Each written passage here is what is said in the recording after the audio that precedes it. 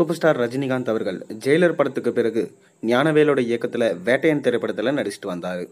லைக்காவோட தயாரிப்பில் அனிருத்தோட இசையில் உருவாகியிருக்க இந்த படத்தில் ரஜினியோட இணைந்து ஃபகத் ஃபாசில், அமிதாப் பச்சன், ராணா என பலர் நடிச்சிருக்காங்க. ஞானவேலோட முந்தைய படமான ஜெய்பீம் போல இந்த படமும் மிக பெரும் தாக்கத்தை உண்டாக்கும் படமாக இருக்கும் என்றே சொல்லப்படுது. இந்நிலையில் தற்போது இந்த படத்தோட படப்பிடிப்பு எல்லாம் முடிவடைந்து போஸ்ட் ப்ரொடக்ஷன்ஸ் பணிகள் விறுவிறுப்பாக போய்கொண்டிருக்கு.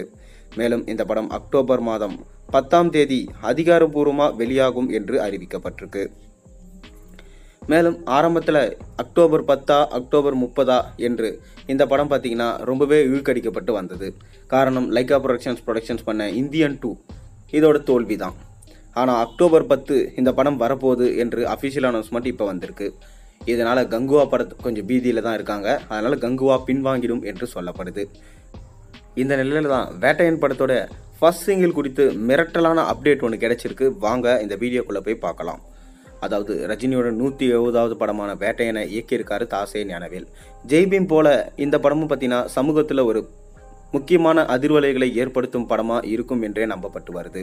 மேலும் கோலிவுட் வட்டாரத்தில் வேட்டையன் மிக பெரும் அளவில் பேசப்படும் படமாக இருக்கும் என திரைத்துறையர்கள் எல்லாருமே பார்த்தீங்கன்னா நம்பிட்டு வராங்க. இந்த படத்தோட ஷூட்டிங் எல்லாம் நிறைவடைந்து தற்போது ரிலீஸுக்கு தயாராக இருக்குது.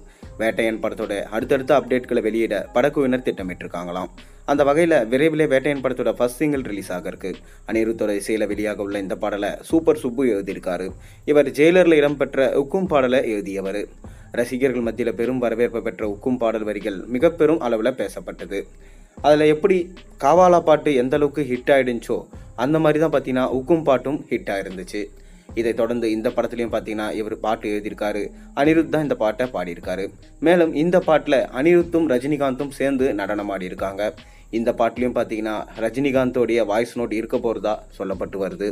அதனால தான் இந்த பாட்டுக்கு மிக பெரும் எக்ஸ்பெக்டேஷன்ஸ் கிரியேட் ஆகிருக்கு. காவாலா பாட்டியை அடித்து தூக்கும் அளவுக்கு தான் இந்த பாட்டு இருக்கும் என்று சொல்லப்படுது.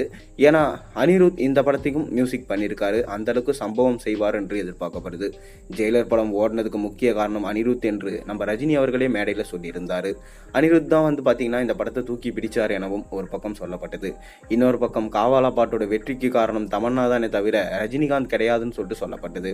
ஆனால் சூப்பர் ஸ்டார் ரஜினியோட என்ட்ரி இல்லைனா அந்த பாட்டு வெறும் சும்மா தான். அதனால தான் அந்த பாட்டு மிக பெரும் ஹிட் ஆச்சு என்று ஒரு பக்கம் சொல்லப்படுது. இப்போ வேட்டையனில் தெரிஞ்சிடும். ஏன்னா வேட்டையனில் தமன்னா கிடையாது. கண்டிப்பாக சூப்பர் ஸ்டார் ரஜினிகாந்தோடைய நடனம் மட்டும்தான் இருக்குது. இப்போ தெரியும் யாரால் பாட்டு ஓட போகுது, யாரால் சம்பவம் செய்ய போகுதுன்னு. நீங்கள் என்ன நினைக்கிறீங்க? காவாலா பாட்டை மிஞ்சி வேட்டையன் படத்தோட பாடல் சாதனை செய்யுமா இல்லையா? மறக்காமல் சேனலுக்கு ஒரு சப்ஸ்கிரைப் பண்ணுங்கள், லைக் பண்ணுங்கள், பெல் ஐக்கானை ப்ரெஸ் பண்ணுங்கள். உங்கள் கமெண்ட்டை கீழே கொடுங்க.